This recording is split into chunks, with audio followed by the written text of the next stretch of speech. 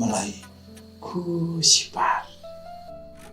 अनि बल्ल त्यो प्रमाण पाउँछिस् र त्यसलाई अदालतमा पेश गरेर त्यसलाई छुटाउन सक्छिस्। के कान्छीले आफ्नो श्रीमानलाई जेलबाट छुटाउन गुन्डाले भने बमोजिम उसलाई खुसी बनाउन आफ्नो जवानी सुम्पिन्छन् होला त?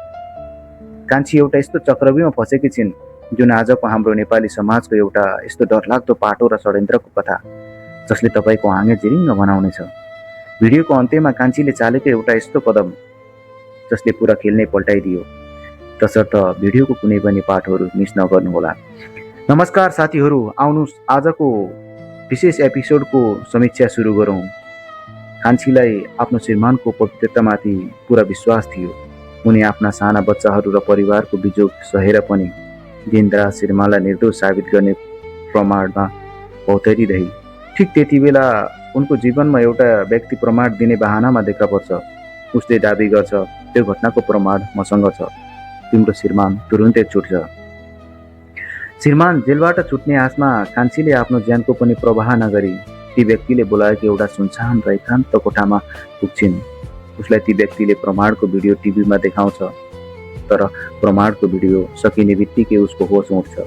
त्यो व्यक्ति कोही अपरिचित थिएन, बरु उनकै घरबेटी जो सबै षड्यन्त्रको मास्टरमाइन्ड थियो। उसले कान्छीको मोबाइल खोसेर भुइँमा पछारिदिन्छ ताकि कान्छीले कसैलाई सम्पर्क गर्न नसकुन् र गुन्डाहरू लगाएर कान्छीलाई डोरीले कसेर बाँध्छ। यता घरको अवस्था झन् दर्दनाक छ। कमाउने दाइ जेलमा छन्, सासू र ससुरा भाइ सन्तोष कोठा भाडा तिर्न नसकेर खान नपाएर छटपटिरहेका छन्। अर्कोतिर कान्छी लामो समयसम्म घर नफर्किँदा फोन नलाग्दा माइतीमा आमा बुबा रुवाबासी चलेको छ। तर कान्छी कहाँ छिन्, कसैलाई केही हत्तो पत्तो छैन। त्यो पापी घरबेटीले कान्छीको अगाडि एउटा यस्तो शर्त राख्छ जसले जोसुकै स्वाभिमानी नारीको पनि मुटु हल्डाउँछ।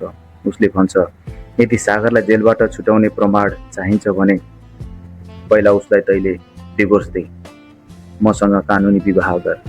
उसले आफ्नो काठमाडौँको घर जग्गा, ब्याङ्क ब्यालेन्स र पावरको घमण्ड देखाउँदै कान्छीलाई आफ्नो दासी बनाउन खोज्छ। तर कान्छी कमजोर थिएन। उसले कडा शब्दमा भन्छन्, कुकुरको पुच्छर 12 वर्ष ढुङ्गोमा राखे पनि सिधा हुँदैन। म बरु मर्न तयार छु, तर आफ्नो श्रीमानलाई धोका दिन सक्दिनँ। जब कान्छीले सजिलै नमानेपछि ती भिलेनले अर्को क्रूर चाल चल्छ। पुलिसले डिभोर्स पेपर जेलमा पठाउँछ, तर सागरले कान्छीसँग कुरा नगरी साइन गर्न मान्दैन। त्यसपछि भिलेनले कान्छीलाई ज्यान मार्ने धम्की दिँदै सागरलाई फोन गर्न लगाउँछ र भन्छ, मैले जे सिकाउँछु त्यही फोन, नत्र तेरो बुढो जेलमै सडेर मर्छ। जेलबाट सागरले फोन उठाउँछ।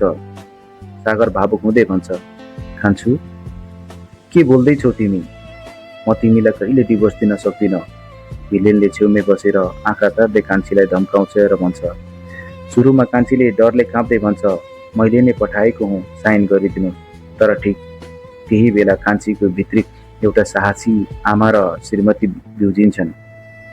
उनले सोच्छिन्, डराएर पापीहरूसँग मर्नुभन्दा सत्य बोल्नु नै बेस। उसले अचानक भिलेनको हातबाट फोन खोसे झैँ गरी चिच्याउँदै भन्छन्, बुढा म फसेँ। यो पापी घरबेटीले मलाई प्रमाण दिन्छु भनेर यहाँ एकान्त कोठामा बन्धक बनाएर राखेको छ। यो डिभोर्स पेपर यसैले जबरजस्ती बनाउन लगाएको हो। तपाईँ तुरुन्तै प्रहरीलाई खबर गरेर यो पापीलाई समात्न पठाउनुहोस् बुढा, मलाई बचाउनुहोस्। एउटा यस्तो मोड जहाँ कान्छीले आफ्नो ज्यानको प्रवाह नगरी सत्य कुरा उकालिन्। यही आएर आजको भाग समाप्त हुन्छ। के आगामी भागमा हामी सागरले जेलबाट प्रहरीलाई समयमै खबर गर्न सक्ला? के प्रहरी त्यो एकान्त घरमा पुगेर कान्छीलाई सुरक्षित उद्धार गर्ला? साँच्चै साथीहरू, आफ्नो परिवार र श्रीमानको न्यायका लागि कान्छीले देखाएको यो हिम्मत र बुद्धिमानीलाई तपाईँलाई कस्तो लाग्छ?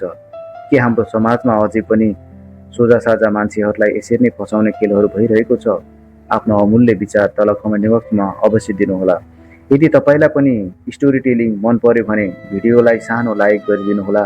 यस्तै नेपाली सिरियलका रोमाञ्चक ट्विस्टहरूको भिडियो हेर्नको लागि हाम्रो च्यानललाई अहिले नै सब्सक्राइब गरेर बेल आइकन थिच्नुहोला। अर्को नयाँ अपडेटका साथ चाँडै भेटौँला। तबसम्मको लागि बिदा दिनुहोला। हस्त, धन्यवाद, नमस्ते।